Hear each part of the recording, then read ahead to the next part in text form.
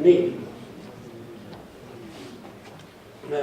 Kui me siis siin täna varem rääkisime nendest raadiosignaalidest kosmoses juba päris palju, järjest ütleme niimoodi, et lühimaa signaalidest läksime sinna geostatsionaarse orbiidini, siis nüüd tahaks natuke rääkida seda, kas seal kuskil kaugemal on ka midagi, mis võiks raadioamatöörile huvi pakkuda.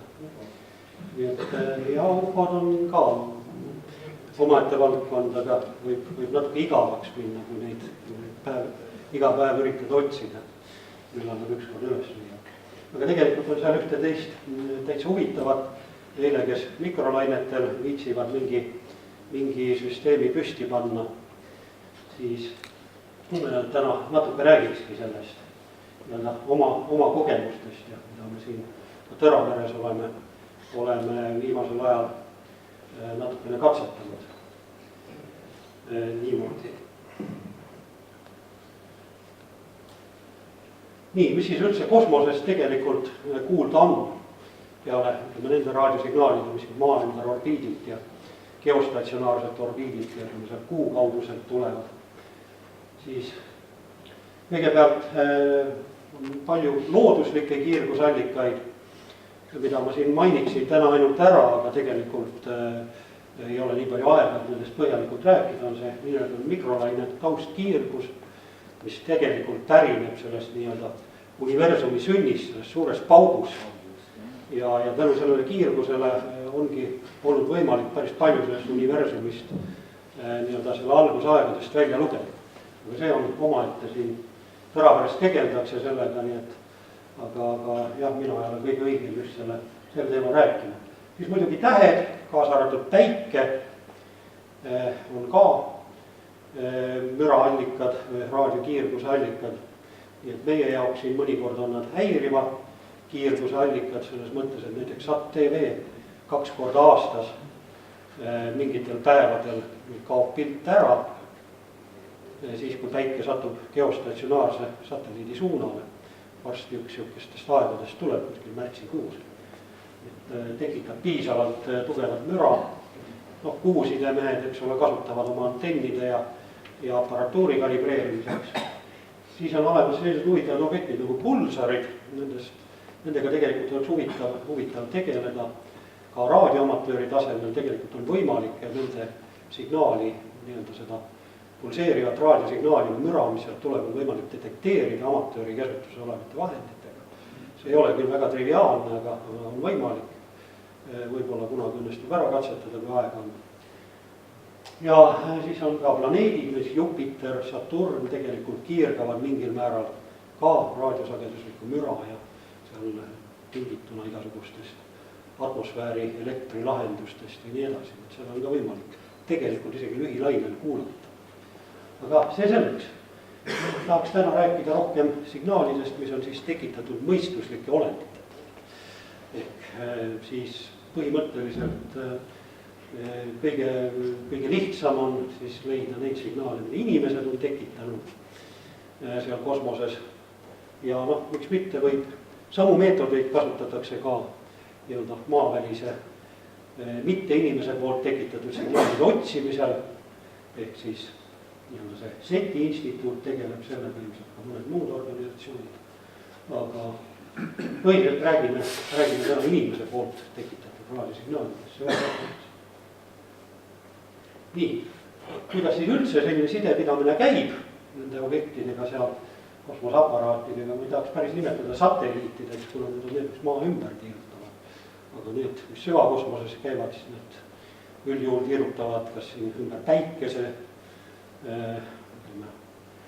või siis veel palju keerukamatele orbiitidele. Kauguste vahemikud, mida siis süvakosmose sides kasutatakse või mis langeb, on siis, me räägime siin astronoomilistest ühikutest, muidu need numbrid lähevad hästi suureks, kui me siin isegi kilomeetrites räägime, aga üks astronoomiline ühik siis ümmarguselt 150 miljonit kilomeetrit vahemaa maalt päikeseni. Ja siis süvakosmose side siis praegu hõlmab umbes vahemikke 0,013 AU, mis on umbes 2 miljonit kilomeetrit, kuni kuni 100 auni, arvutage ise, päris kaugel, see on see kaugus, kus praegu need Voyagerid on jõudnud.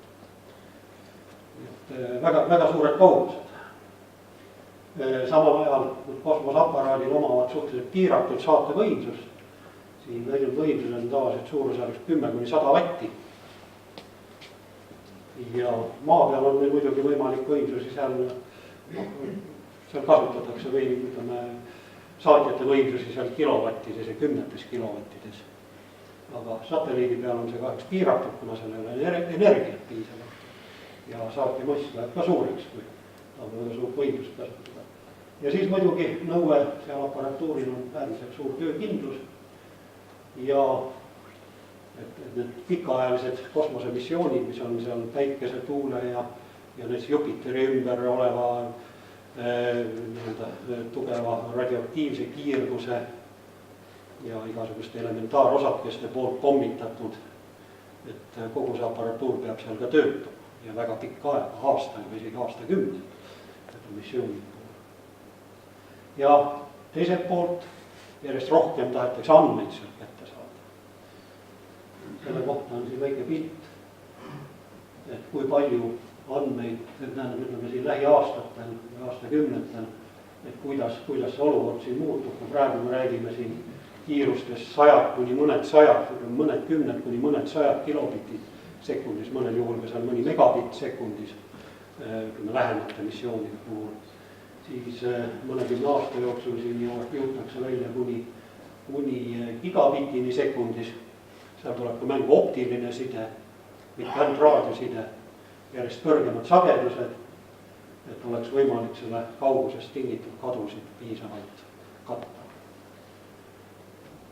Näiteks teile küsimus, enne kui me siin täpsemate asjade juurde läheme, et kui palju on saatnud näiteks Marsi ümbertiiral MRO või Mars Reconnaissance Orbiter, kui palju on saatnud andmeid praeguseks maale?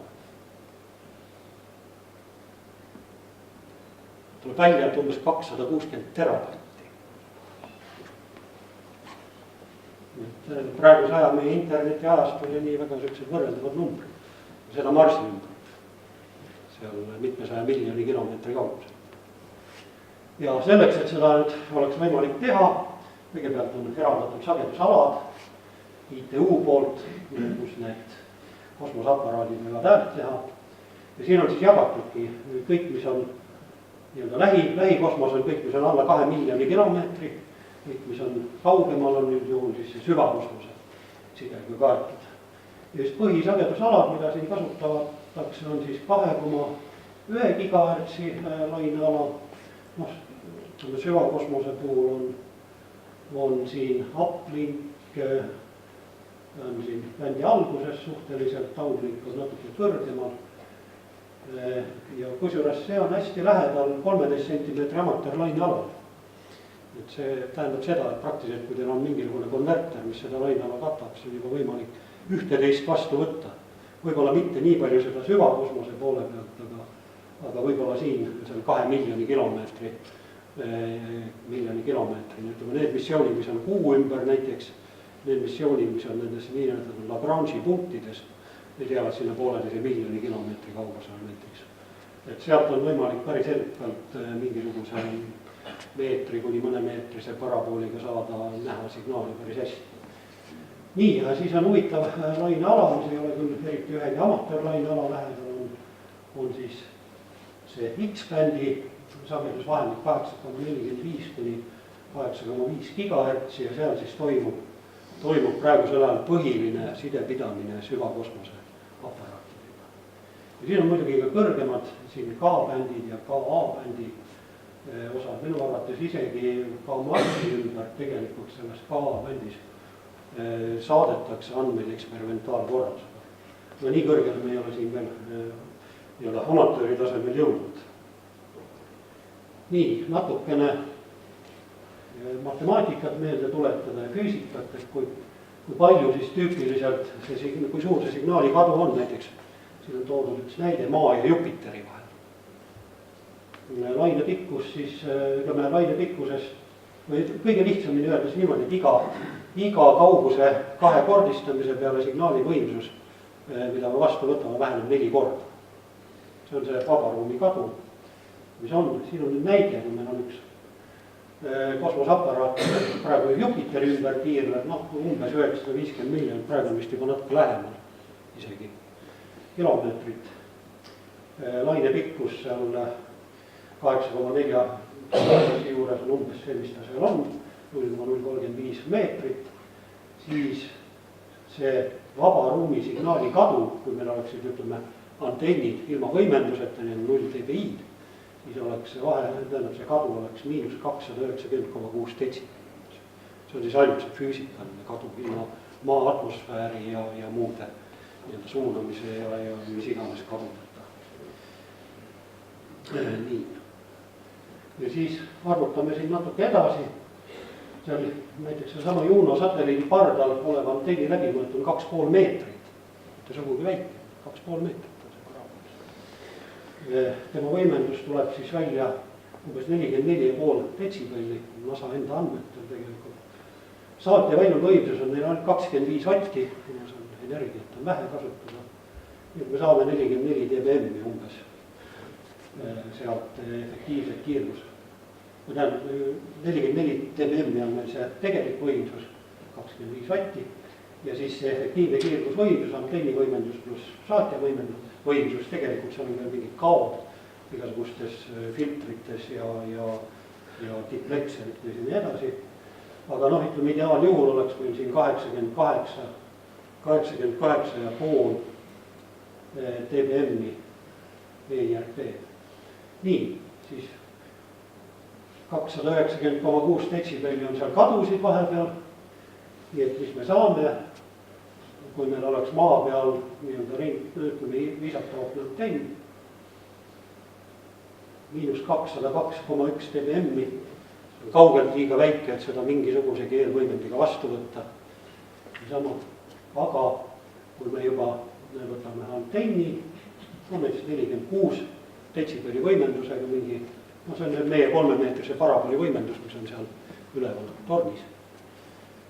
Siis me saame juba täitsa mõistliku signaali, -156,1 dBm-i. Kuulda sealt veel palju midagi ei ole, aga hästi kitsa ribaga, tarkvara raadioga, mingi hertsises ribas, annab see juba täiesti nähtava spektrijoone. Ja selle järgi võib öelda, et jah, tegelikult signaal on veel natuke nõrgem selle tõttu, et seal kasutatakse faasmodulatsiooni, millal on siis tegelikult see kogu see võimsus läheb tervesse mingisse mõnesaja kilohertsisesse sagedusribasse näiteks, aga seal on olemas ka küllaltki tugev kandelsageduse jääk, mis võib olla seal umbes suurusjärgust pool sellest tervest võimsusest või natuke vähem. Et siis järgi jääb meil mingi suurusjärk -160 dBm. See ei ole midagi väga kohutavat. Ja see on siis nagu see meie amatööri jaoks enam-vähem juht. Peaaegu, see Jupiter, Saturni ümbert on ka võimalik võtta, ehkki me ise ei ole siin suutnud seda veel teha, praegu on ka sellepärast, et Saturn on hästi madal meie jaoks, et me ei saa piiravalt kõrgelt horisondi kohalt ilma maapinna müradeta vastu võtta, aga ma tean, et on raadioamatöör, kes on seda teinud umbes mingisuguse 5-meetrise parabooliga, nii et ka Cassini poolt saadetud raadiosignaali on raadioamatööri poolt suudetud detekteerida. Mitte, et sealt mingeid andmeid, me praegusel juhul räägime seda, et amatööride kasutuses olevate vahenditega nii kaugelt andmete dekodeerimine on võimalik. Aga me saame detekteerida signaali olemas. Näha, mis sagedusel on, mis suunas ta tuleb minna Dopleri sagedusnihelisega. Nii. Siis kuidas toimub see sidepidamine, ütleme, NASA ja ESA ja ükskõik kelle omad need kosmosaparaadid on, et kuidas nemad sidet peavad. Selleks vaja on, et sealt andmeid kätte saada. Selleks on praegu olemas 3 süvakosmose sidejaama, nimetatud süvakosmose sidevõrk, Deep Space Network, mis on siis paigutatud maakeral nii, et nad on 120 kraadise pikkuskraadi vahel. et oleks tagatud see, et igal ajahetkel on vähemalt iga satelliit on vähemalt ühe või see kosmoseaparaat on vähemalt ühe maajaama nii-öelda nähtavus piirkonnas. Ta on üle horisondi nende jaoks. Ja siis igas jaam, 3 jaama, üks on Madridi lähedal, siis on Goldstone Californias ja Canberra jaam Austraalias. Tegelikult on see väiksemaid jaamu, mis ei ole nagu otseselt TSN-i koosseisus, on nii ESA-l kui ka teistel veel olemas ja mõned ülikoolide jaamad on olemas. Ja Stanfordis on üks, mida isegi nimetatakse ka 4. TSN-i jaamaks. Umbes 20 meetri antenni. Ja siis nendes jaamades on üks hästi suur antenn läbimõõduga 70 meetrit ja 3 või 4 tükki 34 meetrised antennid. Selleks, et normaalselt seda sidepidamist teha, on vaja sellised antennid. Et jah, amatööri käsutuses on neid üsna nii suuri päris ei ole, mis 20 meetriseid on olemas. Ja mida veel tehakse nendes TSN-i jaamades on satelliidi ja selle kosmoseaparaadi nii-öelda täppispositsioneerimine. Seda tehakse ka raadiosignaali abil, et saadetakse maalt satelliidile signaal ja satelliidil olev raadioaparatuur tegelikult konverteerib selle signaali, nii-öelda see vastu võetud signaali saatjasse tagasi niimoodi, et tema nii-öelda sagedused on lukustatud, et seal on kindel mingisugune täisarvude suhe selle vastu võetud signaali ja välja saadetud signaali vahel. Et me teame tegelikult täpselt selle signaali sagedust, mis satelliidilt või sellelt kosmoseaparaadilt välja saadetakse selle aparaadi juures. Tänu sellele me saame selle Dopleri sagedusnihke väga täpselt välja võtta. Ja praegusel ajal, kuna need tugisageduste täpsused on juba nii suureks läinud, see suurusjärk on 10-15 ja tahetakse veel suuremaid aatomikelladega tehtud vesilik, maserid ja veel täpsemad asjad. Siis praegusel ajal näiteks selle Jupiteri ümber on võimalik positsioneerida seda aparaati täpsusega mõned kuni mõned 10 sentimeetrit. Et selline on see täpsus. Nii. Aga mida siis raadioamatöörid saavad teha, proovida neid asju vastu? Tänapärast me oleme need katsetused ära teinud, võib-olla õnnestub isegi täna midagi demonstreerida. Praegu on siin aktiivseid kosmosemissioone Marsi ümber ja nüüd sõltub sellest, millal me sinna maajaama satume, sellest need satelliidid vahepeal lähevad Marsi taha. Et praegu üks, mida saaks näidata, oleks MRO, sama millest ei natuke juttu. Selle signaal oli hommikul olemas siin natuke aega tagasi, kui ma seal käisin. Aga ta ei pruugi enam selle ajal olla, kui ma seal olen. Nii, meil on siis siin üks 3-meetrine parabolantenn olemas. Katusel päris hea pöörajaga, sama higise profitrekker XL. See võimaldab praktiliselt juba peaaegu nagu teleskoobi täpsusega seda antenni juhtida. Ja seda saab arvutist teha ilusasti. Kannatab kuni 40 meetrit sekundis tuulekiirust isegi ja hästi lõtkuvaba igatpidi. Siin on siis üks vana metalli nostetud 3-meetrine parabool. See oli kunagi see oli Jõgeva Releika mastis.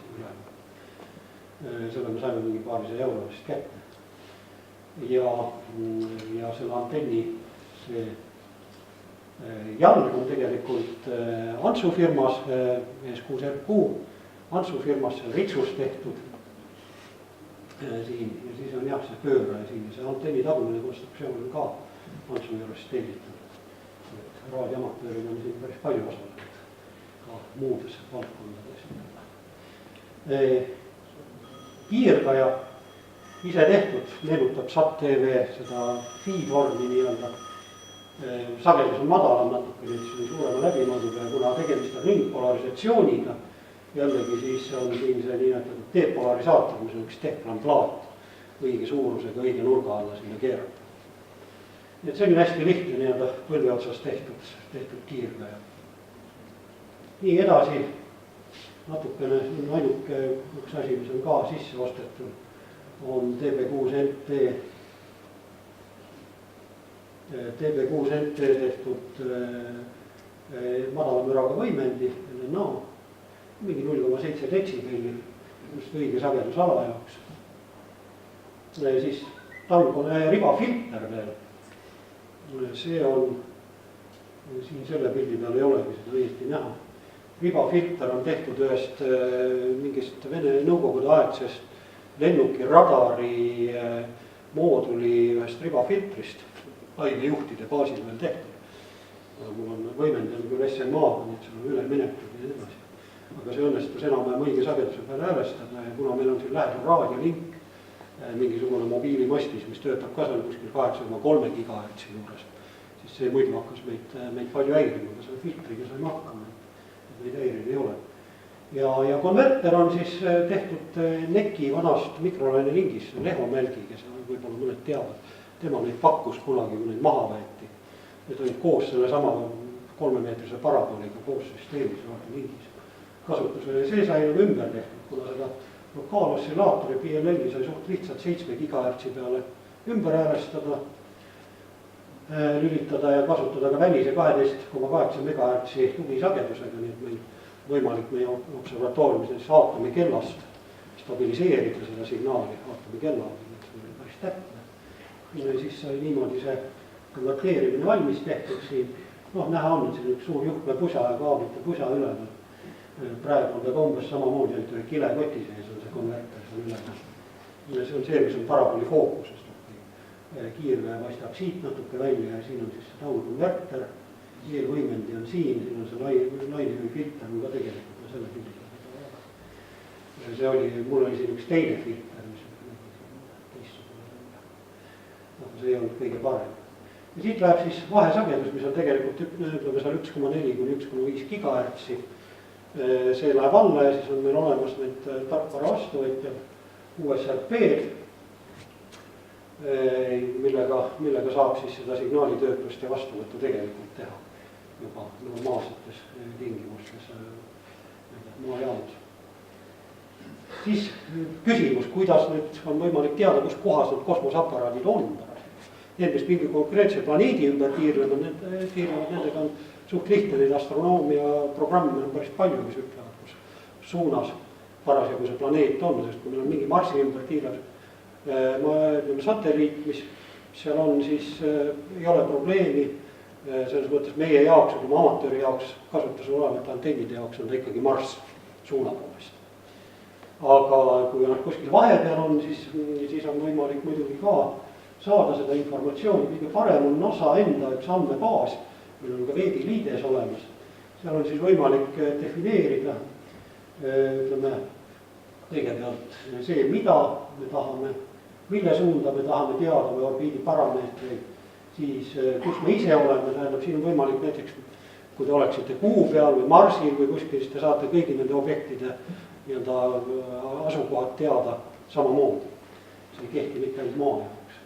Siis, mis aja jaoks te tahate neid andmeid saada ja siis mis andmeid te tahate. See on päris palju igasuguseid valikuvõimalusi, mis ühikutest te tahate, mis suurused te tahate ja nii edasi. Et see on nimelt siis NASA Horizons. NASA Horizons Web Interface on see veebiliidis. Ja siis me saame iga selle ajavahemiku jaoks, mida me siit tellime, saame kohe ilusti veebilehel, saame kõik vajalikud andmed. Ja mida meie kasutame, kui siin astronoomidki kasutavad, on sellised suurused nagu otsetõus ja kääne, mis on tähistajava objektide jaoks kõige parem võimalus nende positsiooni kirjeldada ja see siis arvestab ka maakera pöörlemist, nii et kui meil on need teada, siis on meil väga lihtne arvutada ka edasi, kui need väga palju ei muutu ajas, need otsetõus ja kääne. Kuna need objektid on nii kaugele, liiguvad nii aeglaselt, et see muutus toimub päevadega reaalselt, ütleme antenni jaoks. Siis kui meil on teada otsetõus ja kääne, siis põhiline selle muutusallikas on maakera pöörlemine, aga nende järgi on võimalik siis välja arvutada see hetkesuund. Ja seda me tegelikult teeme siin, et antenni suunata, selleks on olemas ka programm, mis seda teeb, aga jah, siin on meil võimalik kätte saada otsetõus ja siis deklinatsioon või kääne ja on võimalik muidugi saada ka asimuuti elevatsioon kontrolliks, et näeme, et kõik töötab meie arvutus. Ja olulised andmed on siin ka objekti kaugus, kilomeetrites antud juhul, siin saab ka teisi ühikuid avamuuselt kasutada. Ja väga oluline number on siis kiirus meie suhtes, vaataja suhtes, vaataja selle objekti vaheline kiirus. Selle järgi me saame teada tegelikult, kus kohas, mis sagedus on me seda objekti näeme. Nii. Siin on natuke näha selles programmis, seda me näeme ka pärast, kui me maajaamas külas käime seal vaatamas ringi. Siin on parasjagu näha, kuidas see asi käib. Siin on siis oma tehtud programm tegelikult, kus siis on võimalik kõige muu hulgas siis ka kirjeldada see sama otsetõus ja kääne ja siis öelda, et selliste koordinaatidega objekti tuleb hakata jälgida. Ja siis see programm seda teeb täpsusega siin umbes mingisugune väli on siin 0,2 kraadi, selle jaoks on see piisav. Ja siin me näeme ka siis tegelikku suunda. Ja meil on võimalik ka siin vajadusel päikesele kuu järgi kontrollides kuulata päikese müra või kuu müra, vaadata, kas ikka kõik antenn on täpselt õiges suunas ja nii edasi. Nii, siis on veel üks huvitav, raadioamatööride poolt on tehtud üks Exceli tabel, kus on siis võimalik näha nende praeguste kosmosemissioonide jaoks kõiki olulisi andmeid, eriti mis puudutab sagedust, seda sagedust, kus kohas see satelliit saadab ja siis ka me saame ette anda sellesama kiiruse kilomeetrites sekundis, mille me saame sellest samast Horizoni andmebaasist. Et siis me saame teada tegelikult, millise sageduse peal see satelliit tegelikult saab. See tabel ei ole siin lõplik, siin on võetud üks osa sellest. Kogu tabel ei oleks ekraanidele ära mahtunud. Ja kui meil on veel ka mingisugune konverter vahepeal, siis võimalik ka mingi häälestussagedus välja arvutada. Tööd natuke lihtsamaks teha. See muidugi ei kehti 100%, kuna mõnikord tehakse niimoodi, et seda kosmoseaparaadi peal olevat saatja sagedust korrigeeritakse selle maa pealt tuleva signaali sageduse põhjal. Aga kuna meie ei ole täpselt selles maapealse saatja asukohas, siis see viga võib olla seal nii mõnikümmend kuni seal võib-olla maksimum 100 kHz. Niimoodi.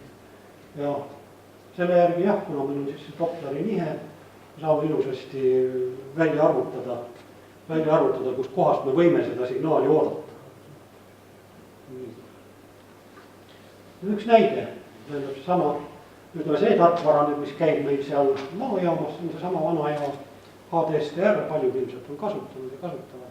Tal on see hea omadus, et kui meil on mingi konverter või transverter ees, siis me saame selle konverteri LO sageduse lokaaloscillaatori ette anda ja me saame kohe selle tegeliku sageduse siis oma display peale. Ja mida me siin näeme tavaliselt, siin on mingisugune spektrioon, näete, et see ei ole sirge, kui ta oleks vertikaalne, siis tähendab, et sagedus ei muutu, siis on tegemist tõenäoliselt maapealse häire. Mingist muust allikast, aga kui me näeme just seda, et see sagedus tegelikult natuke muutub, siin on see muutus veel drastilisem, näha, see on nagu välja suurendatud see vahemik siin. Et siin võib olla juba tegemist kosmosest tulnud signaali. Kui ta on enam-vähem õige sageduse peal ja kui antenn on õiges suunas, siis me keerame ta suuna pealt ära, siis ühe või paar kraadi. Signaal ära kaob, siis me võime üsna kindlad olla, et tegelikult see signaal pärineb sealt kosmosest sellelt objektilt, mida me üritasime vastu võtta. See on üks näide siin ka, ma arvan, et see võis olla üks Marsi ümber tiirel objekt, kuna Doppler on hästi tugev, kuna me tähendab suur Dopleri nihe, kuna ütleme need, mis on kuskil lendavad kuhugi, nendel on see Dopleri nihe olemas, aga see on konstantne, nii palju ainult kui maakera pöörlemisest tingitud komponent tuleb sinna juurde. Aga need, mis näiteks mingi planeedi ümber, eriti Marsi ümber või mida väiksem planeet, seda kiiremini tiirutada, siis nendele tuleb see Marsi ümber tiirlemise Dopleri komponent ka juurde. Et tegelikult see sageduse muutus näeb väga huvitav välja. Sõltub sellest, millisel orbiidil see aparaat on ja nii edasi. No selline tüüpiline näide suhteliselt tugeva signaali kohta, mis tuleb suht lähedalt Marsilt, ainult mingi 300 miljonit kilomeetrit. Et sellist signaali on suhteliselt lihtne. Siin on nüüd siis reaalsed tulemused, mida me oleme siin aegade jooksul nii-öelda katsetades saanud. Palju meil siin on veel aega jäänud, pärast ma räägin veel täpsemini seal, kui me maajaamas vaatame kõike seda, aga siin kiiresti võiks nagu läbi vaadata pildid.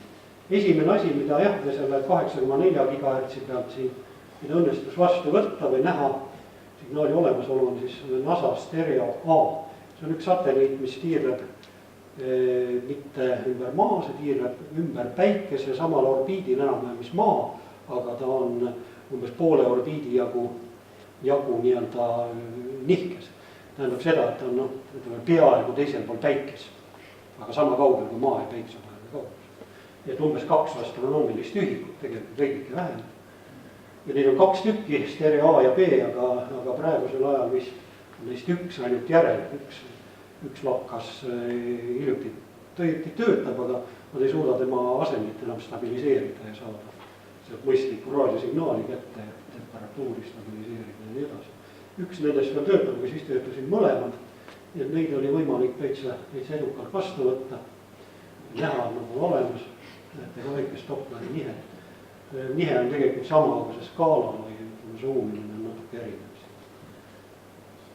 Stereo B siin natuke lähemalt, kui seda asja sai natuke optimeeritud, siis on näha, et signaal on päris korralikult näha. Ei ole probleemi siin. Lähemalt spektrit ka näha, siin on ilmselt faasimüra, mis ostsillaatoris sisse tuleb ja nii edasi. Juba ka natuke märgata. Nii, see on nüüd huvitav asi, see on siis Rosetta. See oli see aparaat, mis komeeti uuris. Ja esimene kord, kui me selle signaali siin seda detekteerida saime, see oli siis 2014 aasta jaanuaris. See oli siis mõni päev peale seda, kui ta nii-öelda oma sellest sügavast talveunest üles äratati. Kui ta oli tükk aega hästi kaugel maast ja siis hakkas nagu komeedile lähenema, sel ajal oli ta sisuliselt täiesti välja lülitatud. Ja maa pealt õieti siis ta ärkas üles ainult oma taimeri põhjal. Et temaga ei olnudki vahepeal võimalik sidet pidada.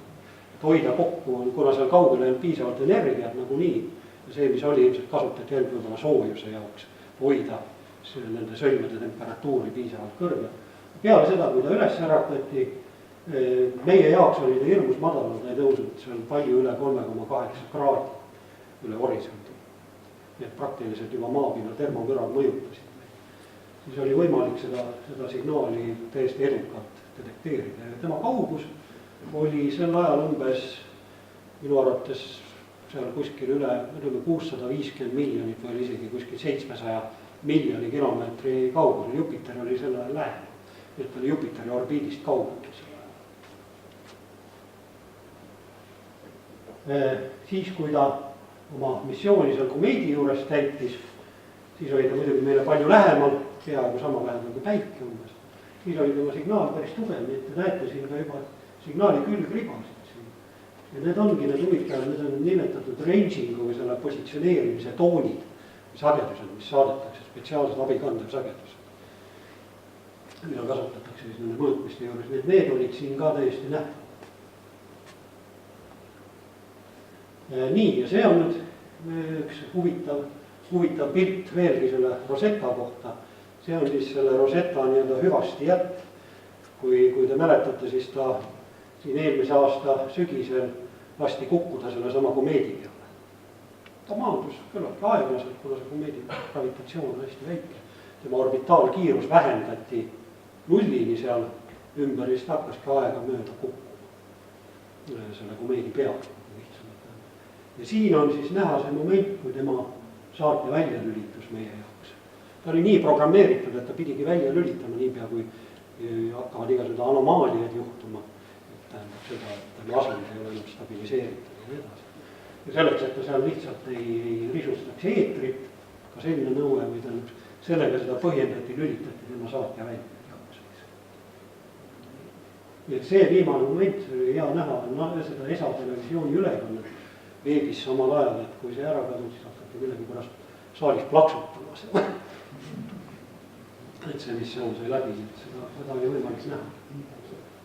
Nii, ja siin on siis tegelikult kõige kaugem signaal, mida me oleme siit suutnud avastada. See on siis NASA Juno,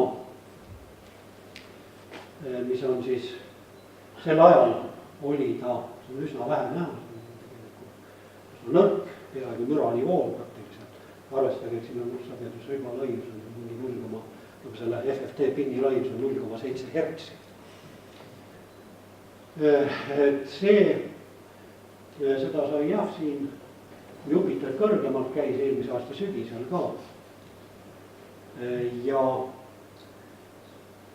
jah, siis tema oli 960 miljoni kilomeetri kaugusel. Et peaaegu miljard kilomeetrit. Et järgmine samm oleks siis Cassini, mis on 1,6 miljardi kilomeetri kaugusel. No see on vähem kui 6 detsibelli väiksem. See on nii. Oluliselt vähem kui 6 detsibelli. 6 detsibelli on siis, kui me läheme 2 miljardi kilomeetri peale. Nii et jah, päris siuksed suured kaugused. Voyageriga on natuke keerulisem. On olemas amatöörid, kes on, võtame üks amatööri või kuidas võtta, raadioklubi, kes on ka Voyageri signaali vastu võtnud. Aga tema antenni suurus on 20 meetrit. On Saksamaal ja see ei ole muidugi mitte amatööri ehitatud antenn, vaid on amatööri käsutusse antud. Kommertsiaalne või mingi teadus eesmärgil kasutatud antenn. Siin on veel natukene, kahjuks ei jõua sellest pikalt rääkida. Üks huvitav missioon, see on nüüd vastu võetud 2,2 gigahertsi lainealas. See oli üks kosmosaparaat, mis oli kuulutatud juba ammu missioon lõppenud ja maha jäetuks.